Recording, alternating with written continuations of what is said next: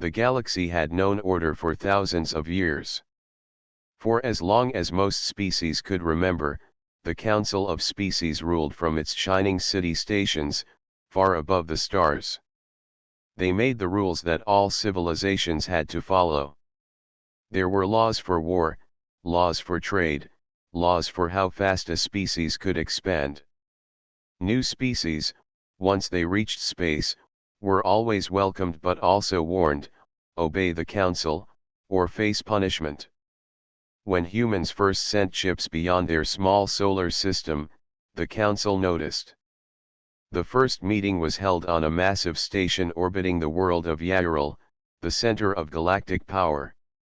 Alien leaders filled the great hall, each one tall, bright, or scaled, depending on their world. They sat on high platforms, their eyes on the newcomers. At the very center stood one man, Commander Rahul, chosen by Earth to speak for humankind. Rahul was not the tallest person there.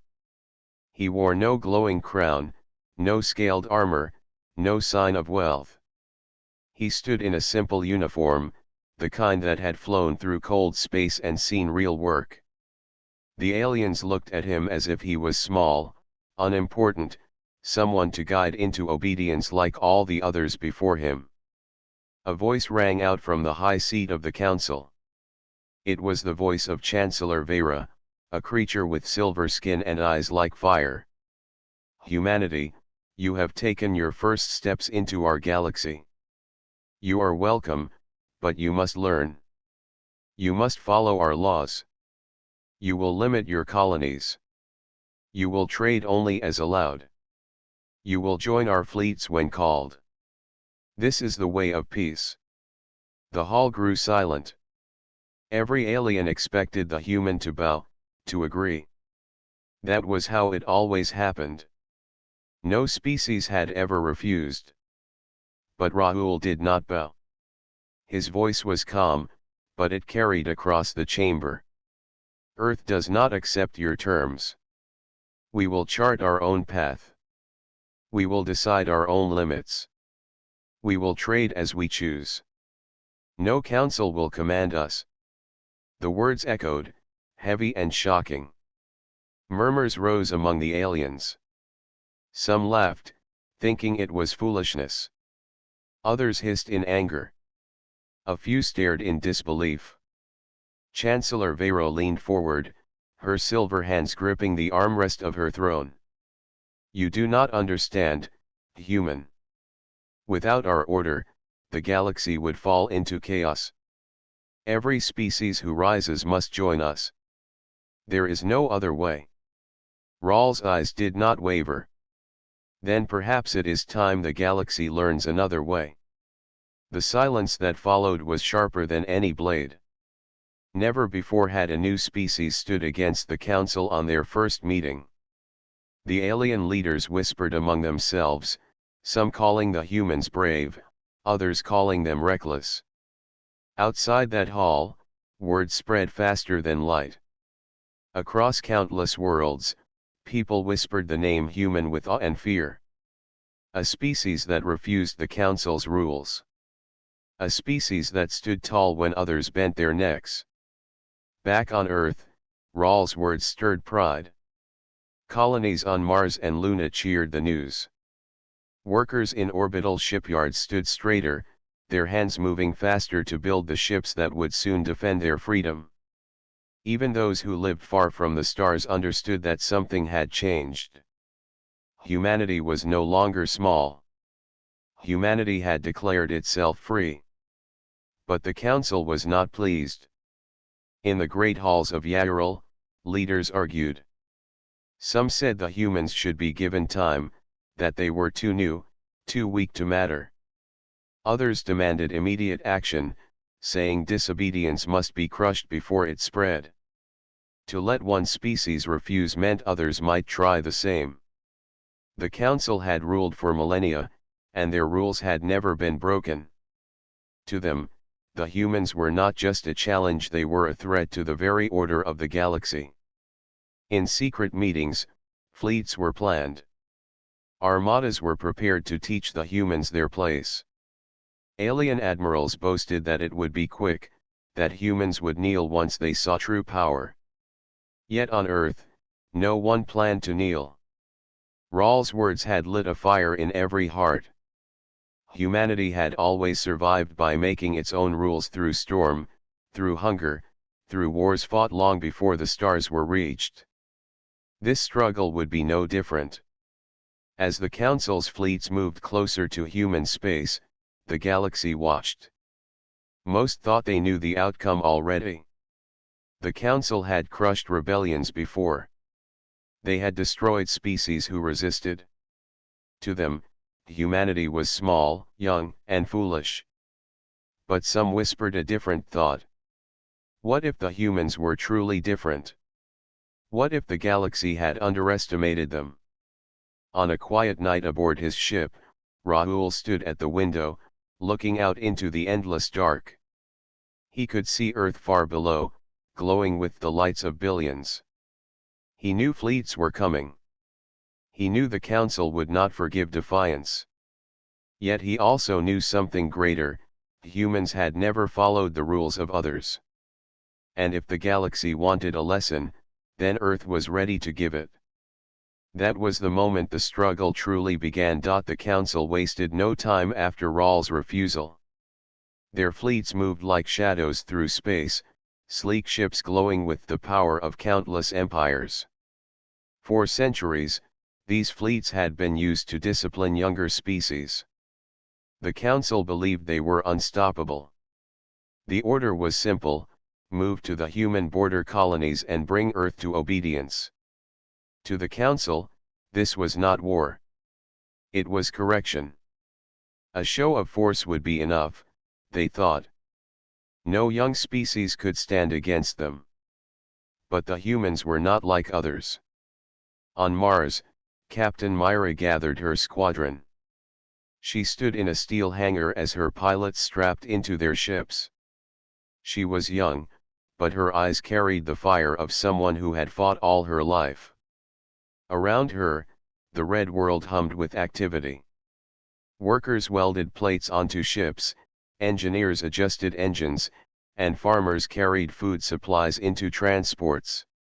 Everyone was preparing, because everyone knew the Council fleets were coming. Myra's orders were unusual compared to normal war plans. Humans did not have enough ships to meet the Council head-on. Instead, they would strike where the enemy was weakest: supply lines, communication relays, fuel depots. Humans did not fight fair, because survival was never fair. When the Council fleet arrived at the edge of human space, they expected to face a defensive line. Their admiral, a tall, scaled creature named Kareth, looked at the empty void and laughed. They are afraid. They hide on their planet. We will crush them before the week ends. But the humans were not hiding. They were hunting. Myra's squadron launched in silence, engines dimmed. They used asteroid belts and dark moons to cover their movements. Where the Council saw empty space, the humans saw traps waiting to be sprung. The first strike came when a convoy of supply ships drifted between two barren worlds. The Council guards flew lazily, certain that no threat could exist. Then, in a sudden burst of light, human fighters cut through them. Myra's voice rang over comms: "Strike fast. Leave nothing." Explosions ripped through the convoy. Fuel tanks burned, cargo holds shattered. The Council ships tried to form lines, but the humans did not fight by their rules. They darted in and out, attacking from angles no alien training had ever prepared for. By the time the battle ended, 3 times as many Council ships had been destroyed compared to the human force. Myra's squadron returned home with barely a scratch. News spread quickly. At first, the Council hid the loss, calling it an accident. But more raids followed. Human fleets struck again and again, burning supply depots, destroying transports, and scattering patrols. Alien captains began to dread hearing the name human. What shocked the council most was not the damage, but the method. Every fleet in the galaxy fought with order, following the doctrines written long ago. Battles were arranged like games of strategy, each move expected and understood. But humans did not follow those doctrines. They fought with chaos. They broke formations, they risked everything, they adapted in seconds. One alien officer who survived Myra's raid described it in disbelief: "They fight like fire. You think you can hold it, but it jumps, it spreads, and then it burns you down." Back on Earth, Rahul listened to the reports. He knew the council would not stop after small defeats. They would gather larger fleets, stronger weapons, and return with fury. Yet each victory was proof that humans could stand against the giants of the galaxy. Each battle gave strength to their cause. On the colonies, people felt the change too. Workers who once feared the council now believed in their own power. Farmers on distant worlds carried rifles beside their plows. Children learned not just science, but how to fight if needed. Humanity was preparing as one body, one spirit. In the halls of Yaral, anger grew. Admiral Kareth demanded reinforcements. These humans are not civilized. They do not respect order. They must be crushed, or others will follow their path. Some counselors agreed, but others hesitated. The reports were troubling. If a young species could bleed the fleet so easily, what might they do in a full war? Still, the council believed they had the strength to win. They always had before. Yet the seeds of fear were planted. For the first time in centuries, alien admirals spoke of retreat. For the first time in centuries, the council's control was challenged. And for the first time, the galaxy realized humans were not just another species joining the stars. They were something new. Something dangerous. On Mars, Myra stood once more in her hangar, looking at the stars beyond the glass. The war was only beginning, but she could feel it in her bones. The galaxy had underestimated Earth. The council thought they could teach humans a lesson. Instead, they were about to learn one. The galaxy had expected humanity to break after the first clash. Most species that resisted the council lasted only a few weeks before surrendering. The council's fleets were vast, their stations strong, their resources endless. Against such power, no young species had ever survived for long. But humanity was not breaking. On Luna, factories burned day and night, smoke rising into the thin sky. Men and women worked without rest, welding plates, forging cannons, building ships faster than ever before. Children carried parts to engineers, and even the elderly joined the effort, guiding hands and teaching skills learned from lifetimes of struggle. Everywhere, people were working. Earth's oceans carried transport ships filled with ore from the seabed. Mars produced engines by the thousands. Even small colonies in the outer belt mined metals and shipped them back, knowing every bolt, every plate, every circuit could mean survival. This was what shocked the council most: humanity's unity. Other species would fight with their armies while leaving ordinary citizens untouched. Humans were different. Farmers, miners, doctors, builders all became soldiers in their own way. The council realized they were not facing an army. They were facing an entire people. Captain Myra led another daring raid near the system of Calrose. Her squadron, though smaller, struck deep into the enemy's supply line, destroying a vital fuel station guarded by twice their number. When she returned, her pilots cheered, but she stayed quiet. She knew the more they struck, the angrier the council would become. Still, each victory grew larger in meaning. Alien fleets began to hesitate. Some commanders, once proud and unyielding, asked for transfers away from human space. They feared the chaos of human tactics, the wild bravery, the refusal to follow the silent rules of war. One report from an alien officer spread secretly among the fleets: the humans are not soldiers in the way we know them. They are storms given shape. They fight with no thought of retreat, no fear of death, no pattern to predict. Every one of them carries a fire in the heart that cannot be reasoned with. Fear was becoming respect, even if the council tried to deny it. On Earth, Rahul gathered his council of leaders. Maps glowed across the table, showing battles won and battles lost. His voice was calm as he addressed them. We have shown the galaxy we will not kneel. But we must not mistake small victories for safety. The council will not stop. They will gather their strength and return in numbers greater than before. An old general spoke up. Then we meet them again. They think we are weak because we are young. Let us prove them wrong. Another voice, a scientist, added, we cannot only fight with ships. We must fight with ideas, with new tools. Already our engineers are testing weapons the council has never seen. Rahul nodded. He knew both were right. Humanity's greatest strength was not only courage but invention. Where the council clung to traditions, humans adapted. Where the council followed rules, humans broke them.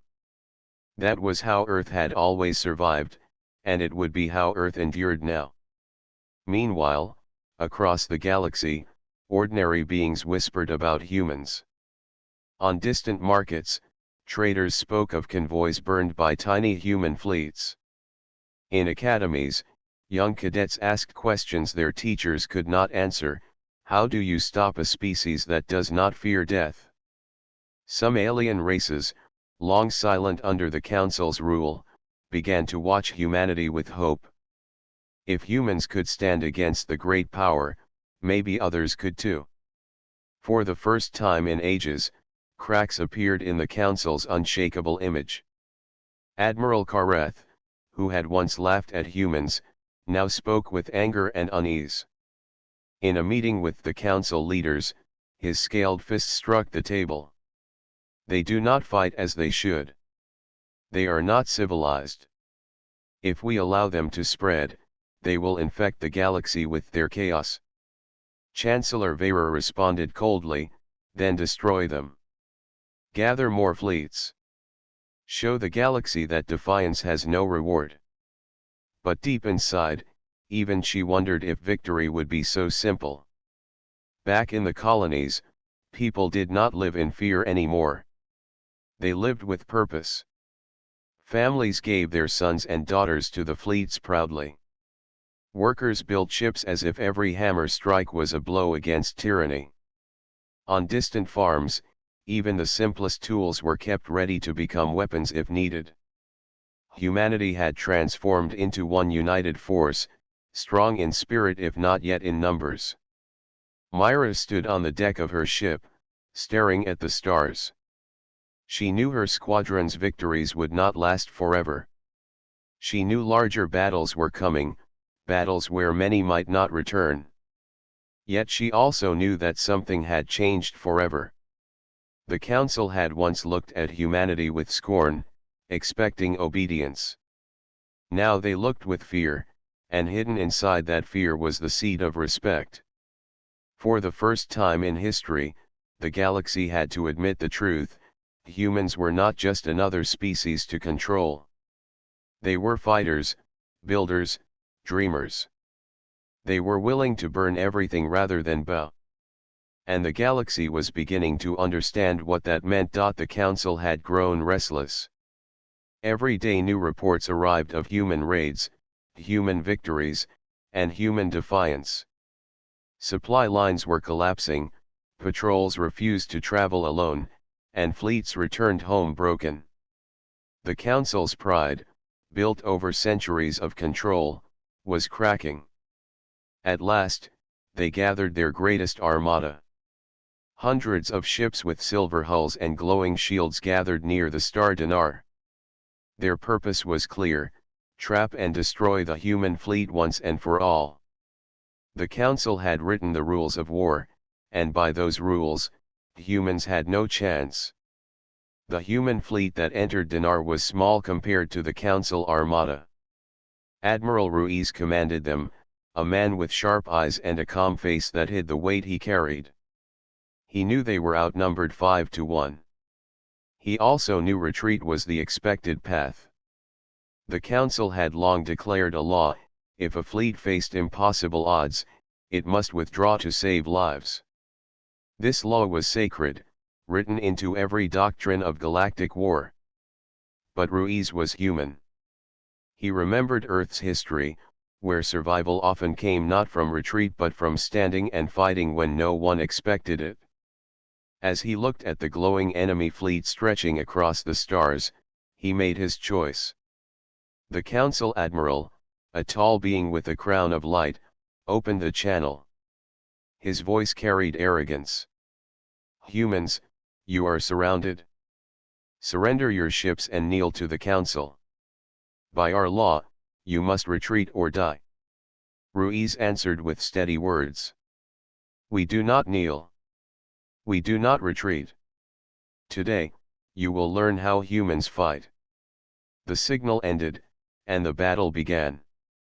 Human ships surged forward, not into defensive lines but into reckless charges.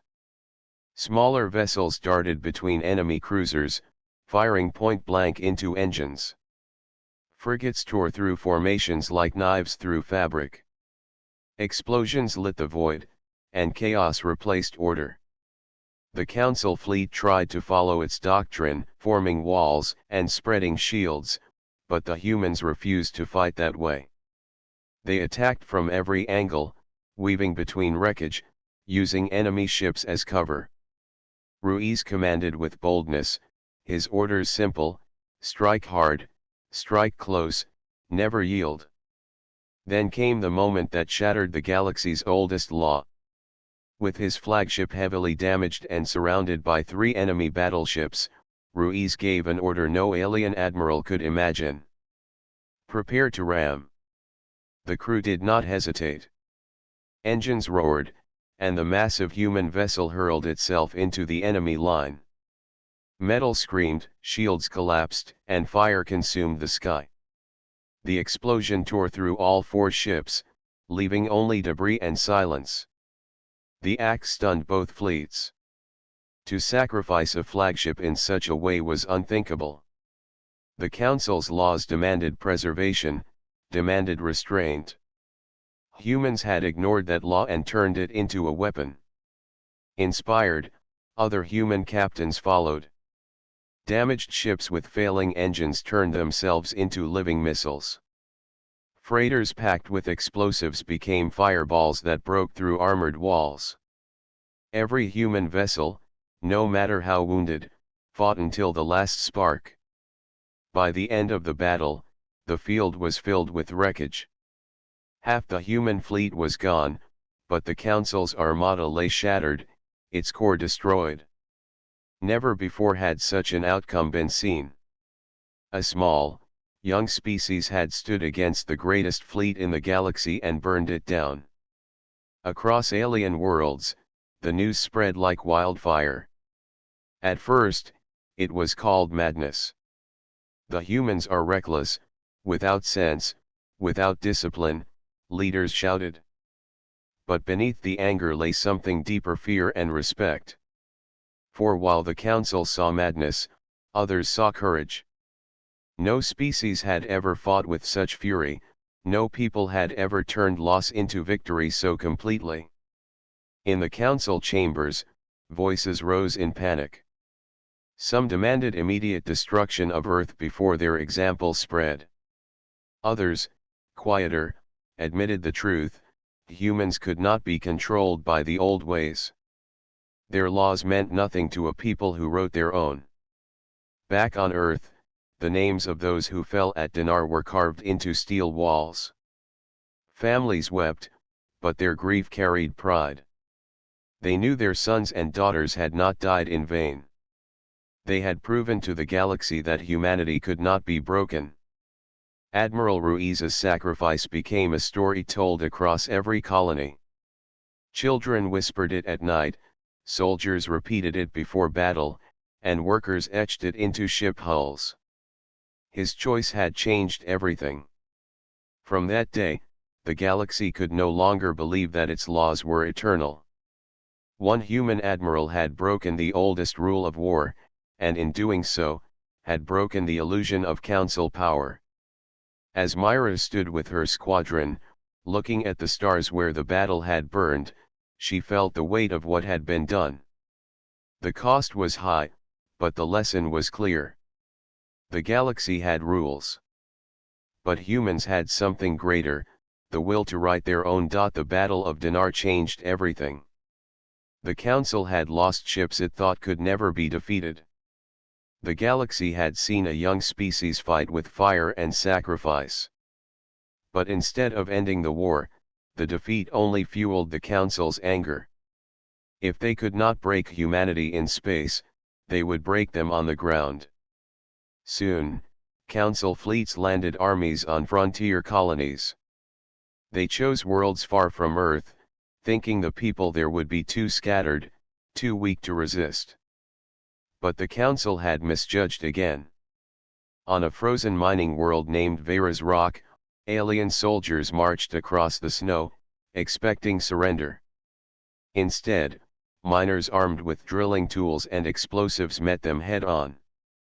Families who had spent years digging ice tunnels turned those tunnels into traps.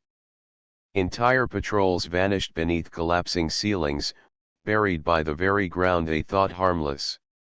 The Council called it savagery. The miners called it survival.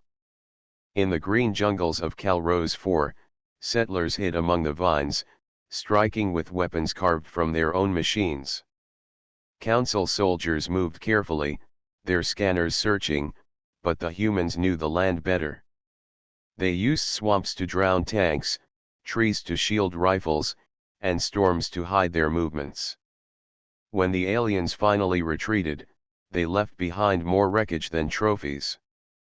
Everywhere the Council went, they found the same thing. Humanity did not fight like others. They did not separate soldier from worker, fighter from farmer. Every man, woman, and child became part of the struggle. Even unarmed ships turned into weapons. Even peaceful colonies turned into fortresses. On Earth, Rahul listened to the endless reports. He felt the weight of every loss, but also the strength in every victory. They thought we would kneel, he told his advisors. Instead, every world they touch rises against them. They are learning that humans do not break. We endure. One advisor, a teacher from Mars, nodded. We endure because we have always endured. On Earth we survived storms, hunger, and wars that nearly ended us. Now the galaxy sees what we are made of. Meanwhile, alien commanders began to fear assignments in human space. Some refused orders outright. One report told of a captain who abandoned his post, saying, "I will not march into another human colony. It is not a battlefield. It is a graveyard waiting to claim us." The Council tried to silence such words, but whispers spread. In markets and stations, in private rooms and crowded docks, beings spoke of humanity with both dread and admiration. A single human can delay an army, some said. A colony of humans can bleed a fleet dry, others added. Captain Myra and her squadron joined the struggle on frontier worlds. Instead of fighting only in space, they supplied weapons to settlers, trained farmers to shoot, and guided refugees into safe zones. Myra often walked among the people, her uniform stained with dust, her voice steady as she told them, "You are not alone. The whole of Earth fights with you." To the settlers, those words mattered more than ships or weapons. They gave hope, and hope made them fight even harder. On the jungle world of Calrose 4, Myra fought beside settlers in a desperate stand against a council armored column. The aliens advanced with heavy walkers, their cannons tearing the ground apart. Yet the settlers refused to run. Myra ordered her pilots to dive low, drawing fire, while the settlers lured the machines into a narrow canyon. Hidden charges lit the sky, collapsing the cliffs, burying the walkers beneath tons of rock. When the dust cleared, cheers rose through the jungle. Another impossible victory. Another proof that humans could not be broken. Back in the halls of the council, anger turned to unease. Leaders argued day and night. Some demanded to burn Earth itself, to end the war before it spread further. Others warned that such an act might only make the humans stronger, for every strike against them seemed to harden their resolve. Chancellor Vera slammed her hand against the table. This defiance cannot be allowed to spread. If we do not crush them, then other species will rise. The galaxy will fall into chaos.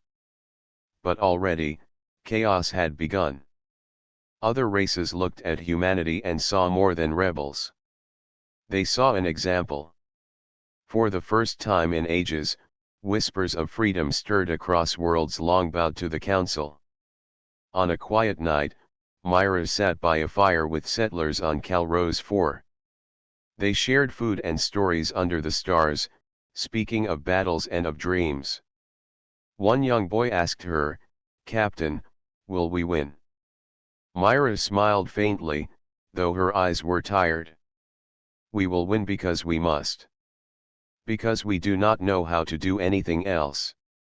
The boy nodded, his small face lit by the flames. That moment, simple and quiet, showed what the council had failed to understand. Humanity's strength was not only in fleets or weapons.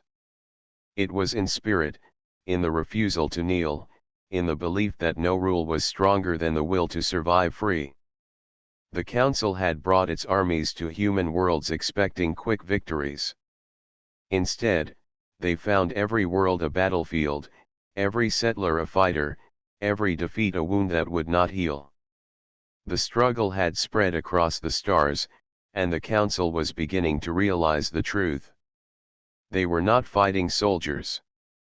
They were fighting humanity itself. The council had reached its limit. Raids, uprisings, and humiliations across the frontier had shaken their pride, but they still believed in their own strength. They had ruled for millennia, and no young species could be allowed to challenge that. So they gathered the greatest fleet in centuries. From every corner of the galaxy came warships, massive carriers with glowing engines, cruisers armed with planet-cracking cannons, frigates sharp as blades. The fleet stretched across the void like a wall of fire. At its center flew the flagship of Chancellor Vera herself, a silver giant bristling with weapons. The Council's message was clear: this was the end of humanity. Their target was Earth. As the fleet moved closer, alien leaders predicted swift victory.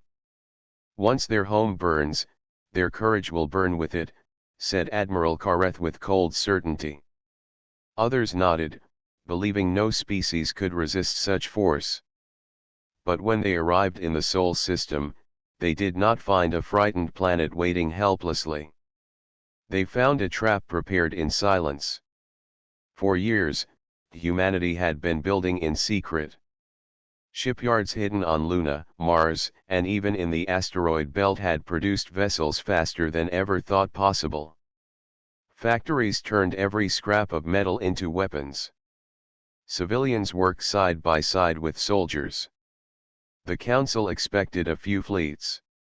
Instead, they faced hundreds of human ships, ready and waiting in Earth's orbit. The council fleet slowed, confusion rippling through its ranks. This was not what they had planned. From the flagship, Vera sneered. It does not matter. Numbers cannot save them. Discipline will. She gave the order to attack. The largest battle in living memory began. The void lit with fire as ships clashed. Human vessels, though smaller, fought with reckless bravery. Squadrons dove into enemy formations, tearing them apart before vanishing into wreckage. Transports turned into weapons, ramming cruisers until both went up in flames. Damaged ships did not retreat, they charged one last time, turning their deaths into blades. On the surface of Earth, billions watched the skies, their hearts pounding as streaks of fire lit the night. Families held each other, listening to every report. Children whispered the names of Myra, Raul, and Ruiz, heroes whose stories had spread across every colony. Above, Captain Myra led her squadron through chaos. Her voice cut steady over the comms, strike close, strike hard, never give them rest. She weaved between cruisers, guiding her pilots into impossible maneuvers. When one fighter took heavy fire, Myra screamed, "Keep going. Make it count." The pilot turned his damaged craft into a living missile, crashing into an enemy carrier and splitting it in two. The council admirals were horrified. This was not war as they knew it. This was madness. Their laws taught them to preserve ships, to retreat when odds turned. Humans knew only one law: fight until the battle was won. Admiral Kareth shouted over his channels, "They throw away lives like they are nothing." But deep inside, he realized the truth. Humans did not throw lives away. They gave them willingly, turning sacrifice into victory. Hours passed. The Council's shining wall of ships began to crack. Their formations, once perfect, now broke under relentless chaos. Every time they adjusted, humans found new ways to strike. For every human ship lost, 2 Council vessels burned. On her flagship, Vera gripped her throne so tightly her silver fingers bent.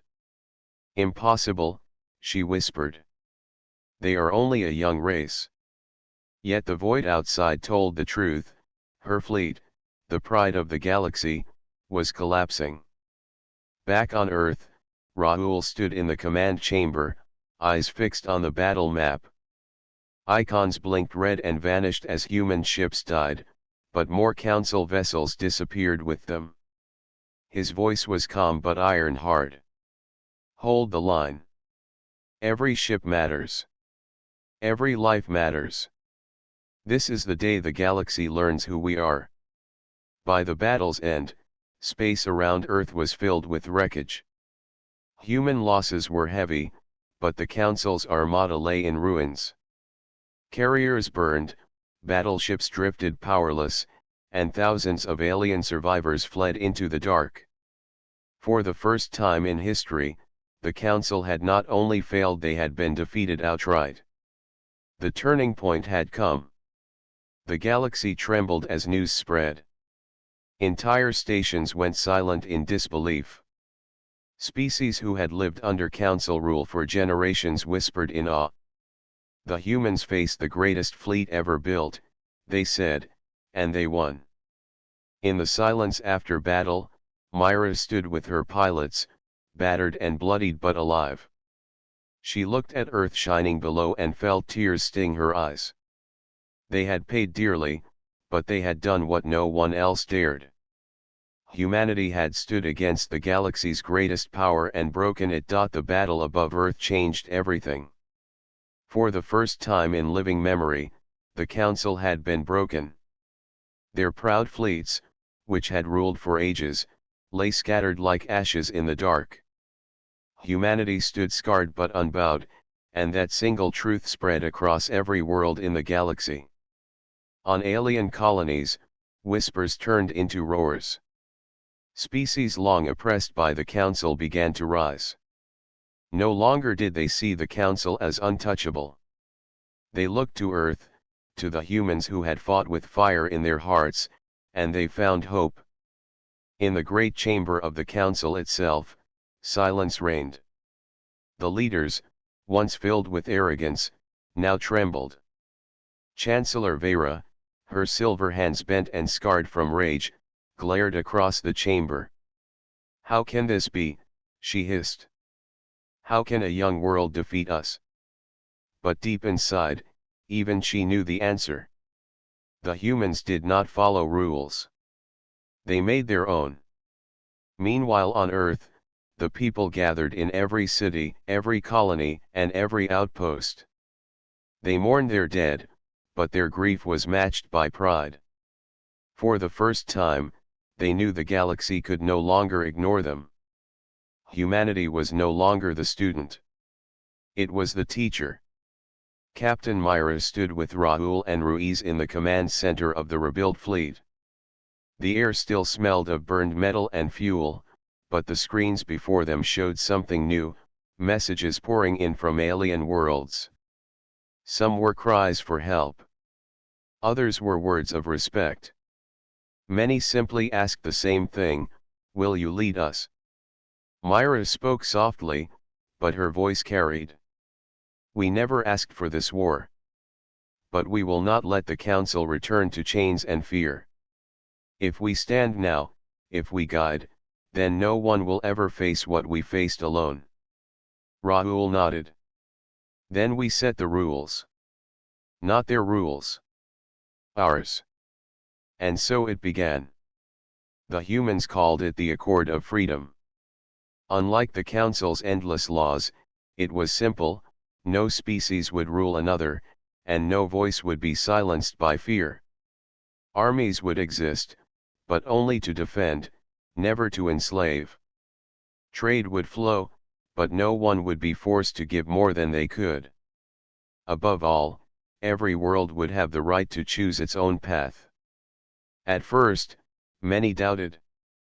Could humans, who had just survived their first great war, guide an entire galaxy? But as Myra, Raoul, and Ruiz traveled from world to world, speaking not as rulers but as equals, the doubt began to fade.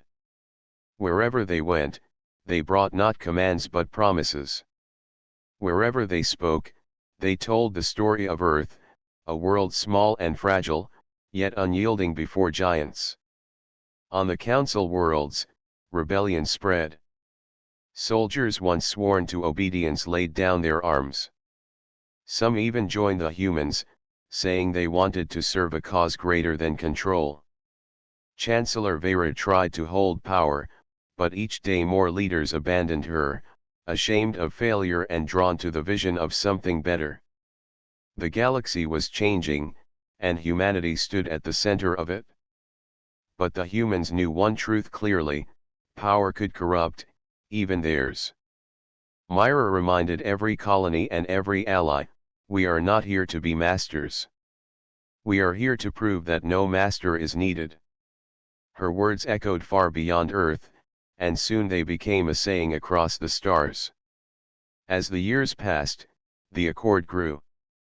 Fleets that once fought each other now sailed side by side, carrying supplies instead of weapons. Colonies that once lived in fear now sang songs of freedom.